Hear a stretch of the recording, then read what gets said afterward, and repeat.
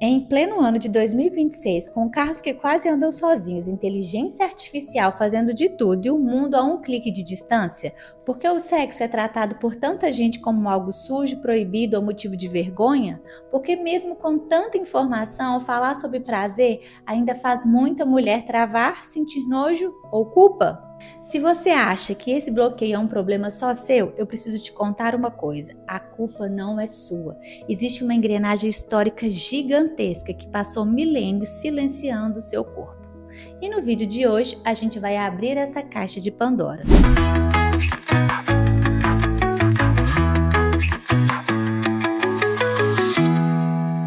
Olá, eu sou Meg Martins, sou fisioterapeuta há mais de 15 anos e hoje nós vamos abordar um tema fundamental: a construção histórica da nossa sexualidade, como o passado ainda dita as regras do que você sente ou deixa de sentir, entre quatro paredes. Se você quer entender o seu corpo de verdade, já se inscreva aqui no canal e deixe o seu gostei, porque o papo de hoje vai mudar a sua perspectiva. Para entender por que o sexo virou esse tabu, a gente precisa voltar um pouquinho no tempo. Nem sempre foi assim. Se olharmos para os povos pagãos e para algumas civilizações da antiguidade, o sexo e a fertilidade eram celebrados, vistos como parte da natureza, da espiritualidade e da vida. Mas as coisas começaram a mudar drasticamente quando entramos na antiguidade clássica e mais tarde na Idade Média. O corpo, e especialmente o corpo feminino, passou a ser visto como uma propriedade. O objetivo principal da mulher? Garantir a linhagem familiar e a propriedade dos bens através da reprodução. Nessa época, a castidade e a pureza viraram um imperativo moral exigido a ferro e fogo. A leitura do corpo feminino foi por milênios profundamente negativa. A medicina da época achava que a mulher era um ser inferior, quase um reflexo imperfeito da anatomia masculina. E para conter qualquer sinal de autonomia ou desejo dessas mulheres, a sociedade chegava a extremos inacreditáveis, como prática da extração do clitóris, uma mutilação usada puramente para tentar apagar o prazer e o controle que a mulher pudesse ver sobre si mesma. O corpo dela não pertencia a ela, pertencia à família, ao marido e ao Estado. E se você acha que a Idade Média foi o auge do controle, espera até ouvir a Era Vitoriana, lá no século XIX. Aqui a coisa ganhou uma maquiagem científica e moral, que mudou a sociedade que vemos hoje. Havia uma crença generalizada, defendida inclusive por médicos da época, de que as mulheres de respeito, as chamadas mulheres de família, eram naturalmente assexuadas. Dizia-se que a libido, o desejo, o impulso sexual eram características exclusivamente masculinas.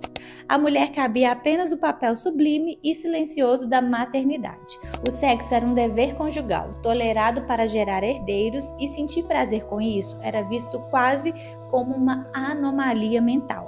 Foi nessa época que o sexo foi trancado às 7 chaves no quarto dos pais, coberto de hipocrisia, roupas longas e muito silêncio. Criou-se a ideia de que o sexo era algo sujo, mas necessário apenas para os homens. As coisas só começaram a mudar de verdade quando chegamos ao século XX. E o grande divisor de águas aconteceu na década de 1960 e 1970, com uma invenção que revolucionou o mundo: a pílula anticoncepcional. Pela primeira vez na história da humanidade, a atividade sexual foi separada da reprodução. A mulher pôde finalmente escolher transar pelo simples direito de sentir prazer, sem o medo constante de uma gravidez indesejada. Foi uma libertação maravilhosa? Com certeza. Mas a revolução não foi apenas comportamental. Ela precisava de validação científica. Na mesma época da liberação sexual, entre as décadas de 1960 e 1970, 2 pesquisadores romperam as barreiras do preconceito: William Masters e Virginia Johnson. Eles simplesmente levaram o ato sexual para dentro do laboratório para estudar o que realmente acontecia no corpo. Antes deles, a ciência tratava o prazer feminino como um mistério psicológico, intangível ou pura histeria. Master e Johnson provaram graficamente que a resposta sexual feminina tem base inteiramente biológica e mapearam o primeiro modelo linear de resposta sexual, dividido em 4 fases: excitação, onde ocorre a lubrificação e o aumento do fluxo sanguíneo na região pélvica; platô, o ápice da tensão sexual que antecede o clímax, o orgasmo, contrações musculares involuntárias e a liberação dessa tensão, e a resolução, onde o corpo retorna ao seu estado de relaxamento inicial. Eles foram responsáveis por derrubar a antiga teoria freudiana de que o orgasmo clitoriano era imaturo, provando cientificamente que o clitóris é o grande motor do prazer e que as mulheres possuem a capacidade biológica de serem multi-orgásmicas. Eles deram dados e biologia ao que a história tentou apagar. No entanto, o modelo de Massar e Johnson ainda tratava o funcionamento de homens e mulheres de forma muito parecida. Você vê algo estimulante, sente desejo, se excita e chega ao orgasmo. Mas na prática clínica, nós vimos que muitas mulheres saudáveis não funcionavam bem assim. Foi aí que, na virada para os anos 2000, a médica e pesquisadora Rosemary Basson revolucionou a sexologia ao propor o modelo não linear ou circular da resposta sexual feminina. Basson entendeu que, para a mulher, o sexo está intimamente ligado à busca por intimidade, conexão emocional e bem-estar. O modelo dela nos trouxe um conceito libertador: o desejo responsivo. Muitas mulheres começam o encontro sexual perfeitamente neutras, sem sentir um desejo espontâneo e imediato.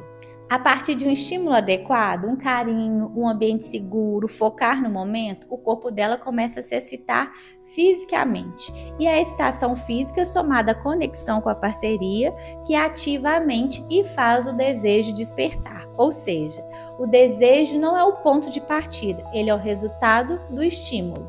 Saber disso é um alívio. Se você não sente aquele desejo ardente do nada enquanto está trabalhando ou lavando a louça, não significa que você tem uma disfunção.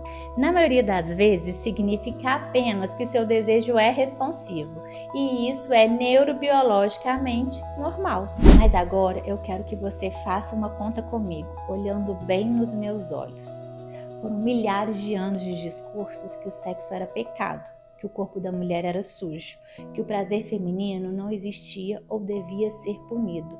Milênios. Em contrapartida, faz pouco tempo, mais de 60 anos, que começamos a ter dados científicos e liberdade contraceptiva para quebrar essas correntes.